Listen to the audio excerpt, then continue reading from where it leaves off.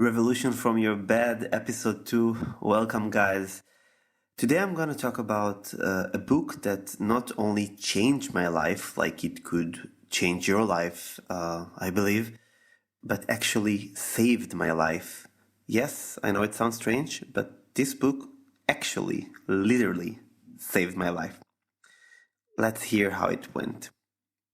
So, you know my story a bit, but in the trailer, we haven't gone that deep. So, in my story, you heard about a meaningful night that I have, or a crucial night that I have, in which I had to make a huge decision about my life. I was 25 years old.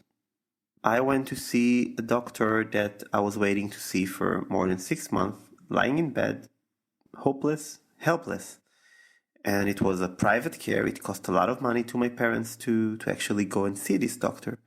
And there was a big promise behind it that basically he's the expert. He's like Dr. House or something like this. And he will be the one that will find the cause, that will find the cure to this terrible illness that made me basically bedridden because I was lying in bed all the time. I could not do anything. I could not shower by myself anymore. I could barely go to the bathroom. I'm going to spare you the details for that. But I was completely disabled and required actually a sort of nursing. And this doctor was such a big promise for me. So we went to see this doctor and I cannot walk. So my dad has to carry me to the car, carry me from the car into the doctor's office through this long corridor, and basically we sit there after a long wait, and this doctor didn't even spend 2 minutes on writing my huge medical record file that we brought. It's crazy that it's 2000 back there, around 2008 or so, or something like that, and still everything is paper based, and the doctor is just flipping through this huge notebook that my father assembled, binding together all he could gather from my medical journey. And he basically closed this notebook with a loud bang and look at my dad and tell him, "Your child is gone." I never seen such paternalism from a doctor before in my life, and I've seen a lot. It was the 33rd doctor I've seen in this journey. I'm not talking about hospital admissions. There were a few dozens of other doctors there. 33rd personal, private, or just like one-on-one doctor that I've seen. And this guy is telling my parents when I'm 25 years old that I'm basically gone. And he continued by saying, "Your child is gone. I've been a doctor for 30 years. Sometimes we don't know everything. That I will tell you. I think it might be one of those genetic illnesses that we just don't have the technology yet to find out. But I've seen enough to tell you one thing. Your child is never going to work a day in his life, go to university, or marry a woman." Those three no's were like dumping a whale over a thin ice, 1 inch thick of ice, and it's shattered completely.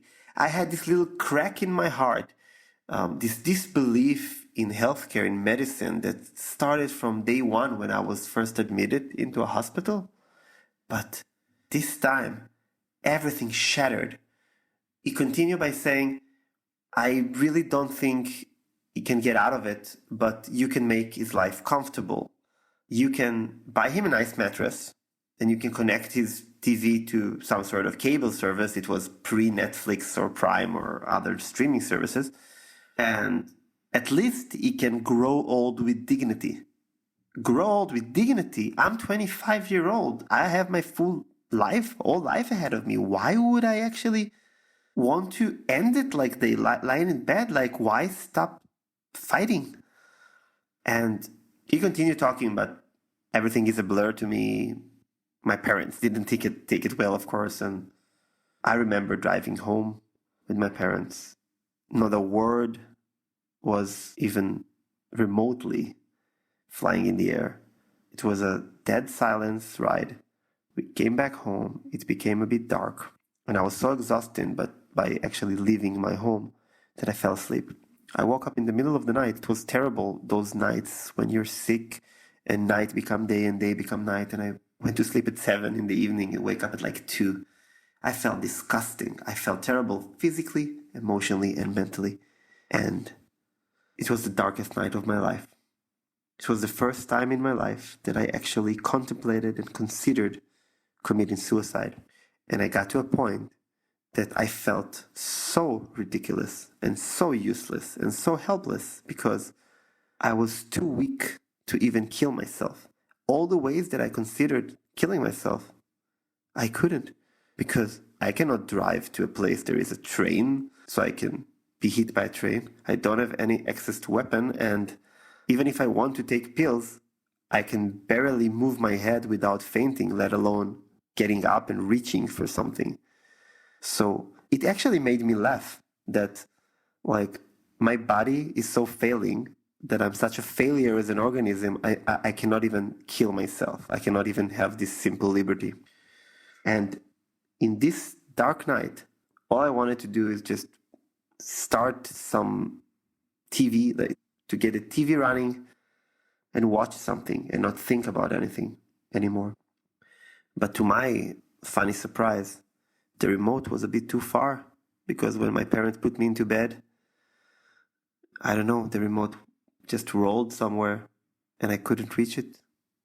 And I was trying to get the light and I fainted trying because I reached my hand too strong.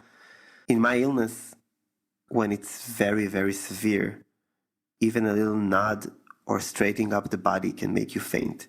So I almost fainted a few times, and I did faint one time at least trying, and then I said, okay, I'm not gonna do it.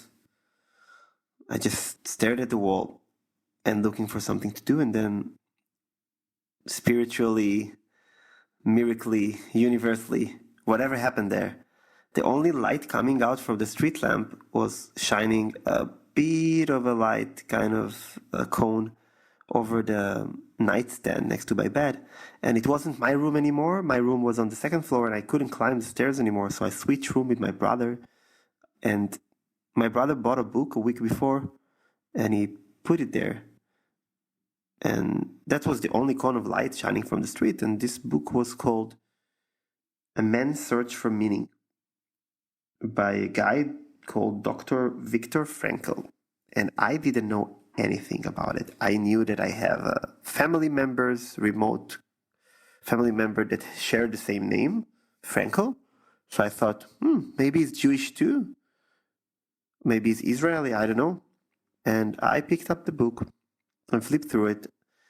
I actually didn't want to read that night, but the book was really thin. I guessed around 100 pages, and I said, that's cool.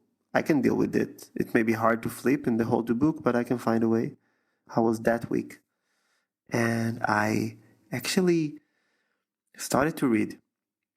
And the thing that hit me the most was that Dr. Frankl is talking almost immediately about the Holocaust. And as an Israeli, as a Jewish person, as a human that a large part of his family was lost in the Holocaust, and my own grandmother was a Holocaust survivor, I thought, okay, this is interesting. I need to read more. I don't know what this book is about. I will try to read the synopsis. And then I saw, it's not a book about the Holocaust. It's a book about actually psychology or some sort of self-improvement. What do I have to lose?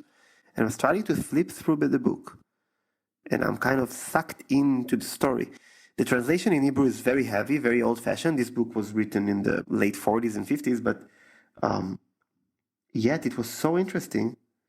And I found myself reading almost through the entire book before even stopping to think. And then on page 62, in which I still keep one of the bookmarkers that I have, I just stopped and said, oh my God, I'm actually thinking about committing suicide. Like, this guy went through the entire Holocaust and survived it, and not only lived to tell, but devoted his life to helping others to find meaning in their life.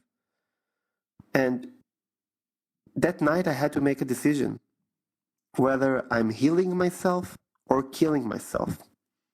So I kept on reading. And funnily enough, after the book ends, it's kind of a biography. There is another few chapters talking about something called Logotherapy. And I didn't know a lot about psychology back then. I was reading because I was interested in biology and psychology, astronomy, science. But I never heard the term logotherapy. I know that logos means kind of sense or logic, and therapy, I know what it is. It's therapy. So I said, okay, that's interesting. And I kept on reading. And then I realized that unlike other heavier psychological approaches to schools, this one was so practical that today it would have been maybe even considered coaching if it would be invented today. It was so practical and so easy that I actually closed the book, maybe less of a bang than the flip of the notebook the doctor have done dramatically to show my parents that I'm gone, but I closed this book gently and said, okay, I'm going to heal myself. And I'm going to implement everything that I learned in this book to save my own life, to save my own skin. So this book is talking about a few simple concepts. The end of the book is talking about this methodology that Dr. Frankl has invented called Logotherapy. Basically, Dr. Viktor Frankl was a founder of the third school of psychology, school of thought of psychology, that's called the Third Viennese School. And this school of thought was coming after more analytical thought patterns like Freud talking about desires and passions for life, and Adler and others talking about more about the meaning of a human in his society and what's the needs you have as human to be recognized, to be strong, to be powerful, and so on. But unlike Freud, that is talking a lot about sexual desires, and Adler that talk a lot about more power-driven desires, Frankl is talking about basically very simple and universal, very relevant, very timeless, very simple concept that is called responsibility. Yes, you've heard this word before. They teach it in schools, how important it is to be responsible and to take responsibility. And it's a well-known concept, right? But not exactly how Frankl meant it. Frankl is talking about actually the way that you as a human can take responsibility over your own life. But it's not only to take responsibility over your own life, is to basically find meaning to your own life. So I think that Frankl may be the Western kind of equivalent to the Ikaigi belief in Japan, which is so beautiful, that it's a core belief in society and culture that basically you have to find a meaning, a drive in life. So Frankl is talking about the same. He's talking about freedom of will. He's talking about morals. He's talking about universal values as humans. And he's comparing everything he's telling in this book to the loss of them in the Holocaust by the people perpetrating these horrific actions. But he's also talking about meaning of life and the aspiration that we all have for meaning. And what's beautiful about logotherapy is that it's very practical. It's kind of a combination between coaching, occupational therapy, and social work, less than psychotherapy. Of course, in my uneducated back then view, I thought it's super cool that actually somebody's talking about meaning and not only about analyzing, because when I read about psychology before, everything was so analytical. I didn't have the background to understand, and if you wanted to, so much to learn before understanding. Later on, when I went to college and I did like a few courses in basic psychology, you get the basics and you know, like you do a lot of studying before reaching pathophysiology and pathopsychology, because you're not talking about neurosis or what's wrong with the mind before understanding how the minds kind of work as far as we think we know. But what happened that night is basically that I found a reason to connect to this book because of my personal family story, that my grandmother was hidden inside a turned off oven in her rural house when she was a child. She was like 11 or 12 years old in Romania. And the Nazis came and basically took all the family members. And we don't know a lot what happened later, but she ran to the woods, and it took her like 4 years until she made it to later on Israel. It was before that the mandate, the British mandate over Palestine. She was arrested. She was detained in a camp. She was a partisan. We don't know a lot, but her stories that I learned very late in life connected to the terrible stories that Frankl is telling in his book about working in a working camp and going to a concentration camp and eventually going to Auschwitz and seeing people dying around you all the time and seeing people lose everything, lose their family, lose their humanity, lose their dignity. But the amazing thing Frankl is finding out in this mini research he's doing, right, writing the book while starting to journal back there, even in Auschwitz and before, is that some people survive and some people don't survive.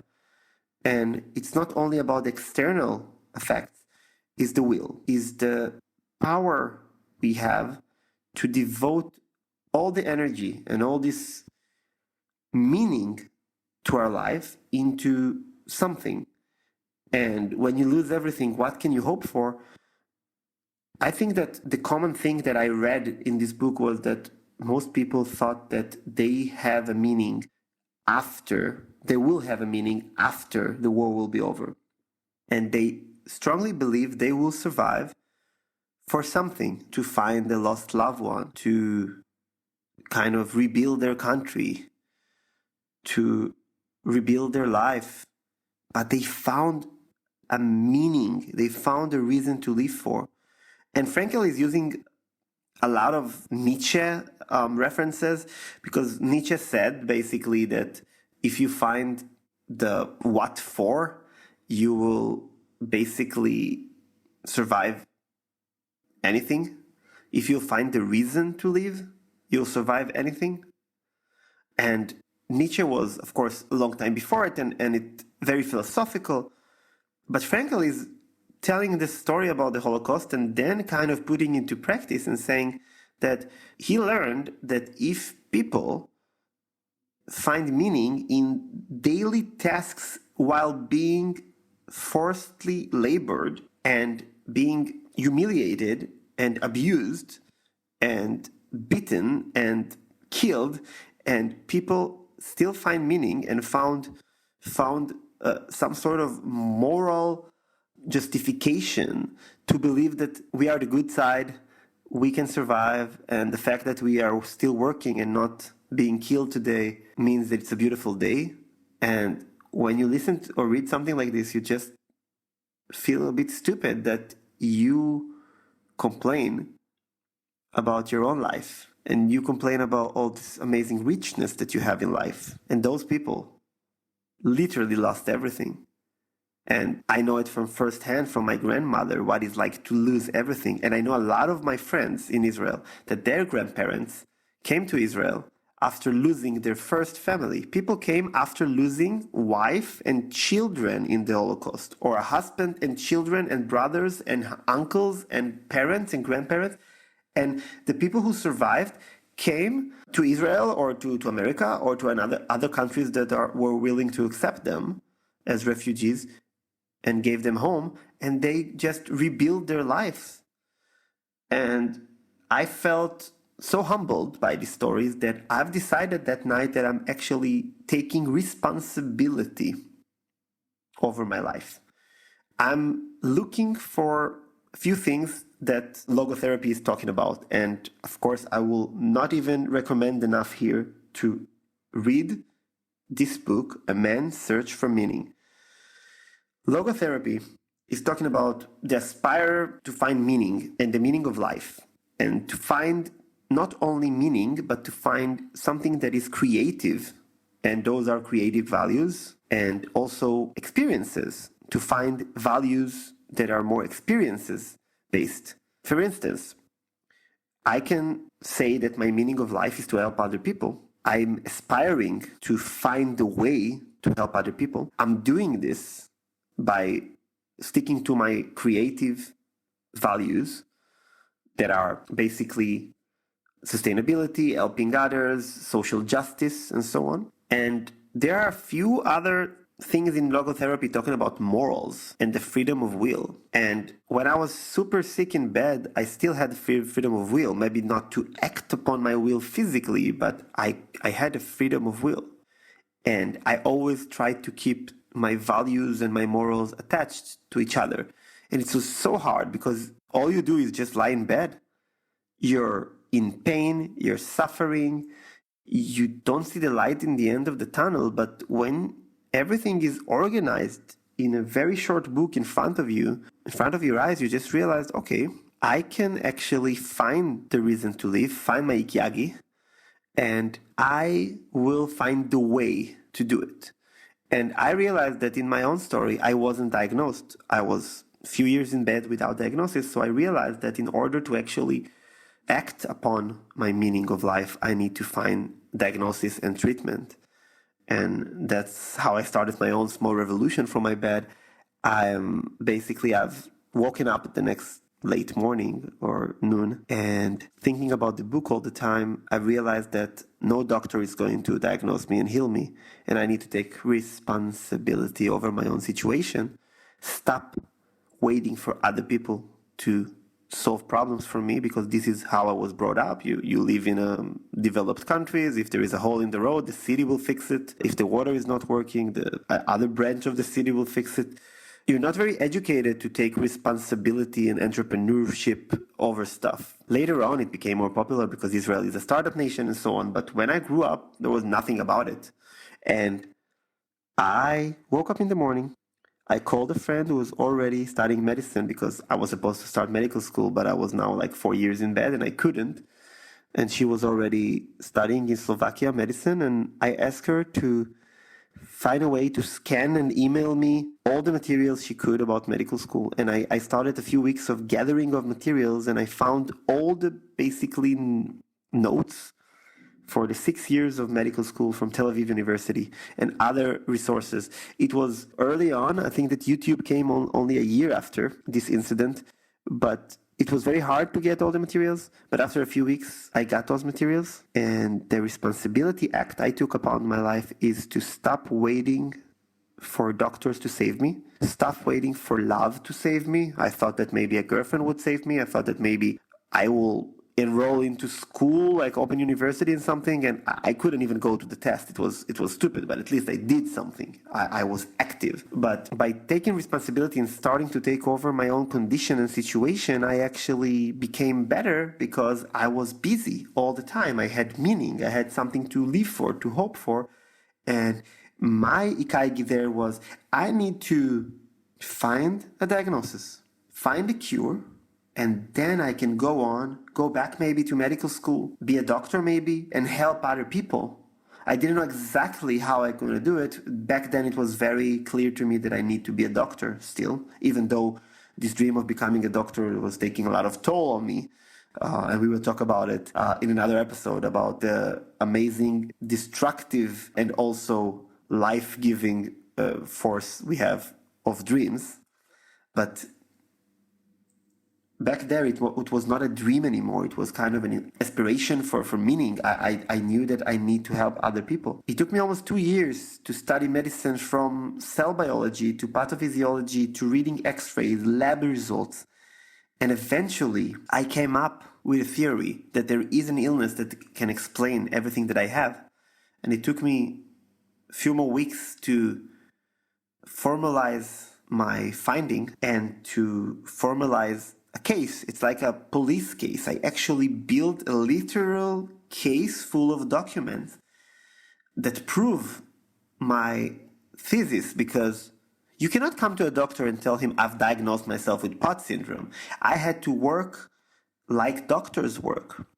And the way doctors work is a method called differential diagnosis. And what I did is I used healthcare like a supermarket. I picked up everything that I could. I convinced the only 3 doctors they were kind of nice to me out of 33 throughout this process to give me tests that are not even in their specialty. A dermatologist gave me endo tests, and an endo gave me gastro tests. Whatever I could pull out and the insurance could cover.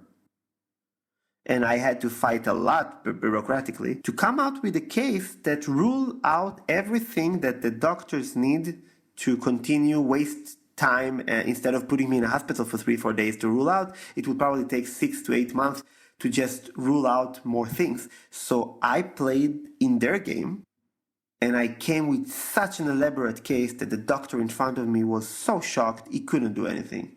And I'm not religious, I'm not talking about miracles, but this crazy serendipity that happened in this story is that A Man's Search for Meaning by Viktor Frankl not only changed my life, but saved my life. The book was there next to my bed. The only light in the room shining was on it. The entire journey I did until diagnosis, that took me around 6 years and 1 more year of rehabilitation, led me to a crazy serendipity. I searched around the world for a doctor that could help me, and I've been all throughout Israel, really, north, center, south, everybody who could take me.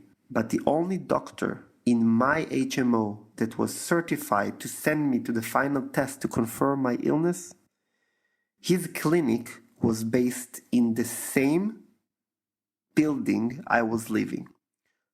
All those years, I had an illness that takes 5 minutes to diagnose via a very simple blood pressure test. Of course, you need to do differential diagnosis and rule out other things. 5 minutes of diagnosis.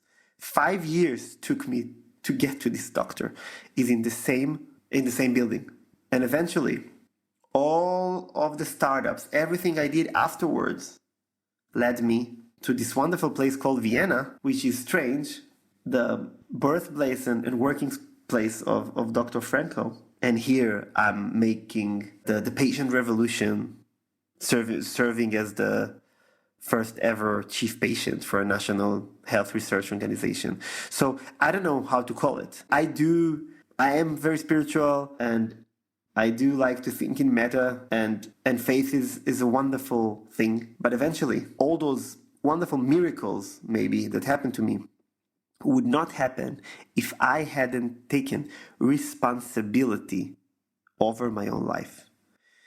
And it's not only in dramatic cases like mine. You can take responsibility over everything in your life, over a process, over a relationship, over the way you conduct yourself, escaping your comfort zones, combating your demons and your fears. If you take responsibility over your own life, find the meaning, find something that troubles you and you want to change, even if it's your life, if it's the environment, if it's a social problem or whatever, even if it's a business problem. The combination of taking responsibility, trying to fix something, was actually making Viktor Frankl theory to practice. I was doing my own occupational therapy. I was finding meaning but acting upon the meaning, helping myself and then others. I treated myself, and we're going to talk about it a lot in other episodes. I was treating myself as my own project, as my own startup, and the exit I have was my own health, me walking again, talking again, functioning in society. So I think that those amazing revelations from this book not only changed my life, but saved my life, but they're really simple to implement. I strongly recommend all of you to read the book. It's translated to more than 30 languages. It's on Amazon. It's around 10 euros or dollars. Read this book. And then there's so much to explore about responsibility and logotherapy, and a lot of coaching methods and a lot of psychological methods. But eventually, those simple principle of responsibility, finding a meaning, and acting using your values, like what troubles you, what do you want to fix, what do you want to change. This is not only life-changing and life-saving, it's really a pivotal societal force of change, entrepreneurial and social entrepreneurial, in your own life, on other people. I'm so lucky that my brother just accidentally left the book there. And this serendipity came to practice with responsibility to create my own revolution and hopefully revolution in your own life as well. So I really thank Viktor Frankl. I wish he was alive so I can actually go in Vienna to his clinic and thank him. But wherever he is, he saved my life, and maybe he can save yours. See you next time.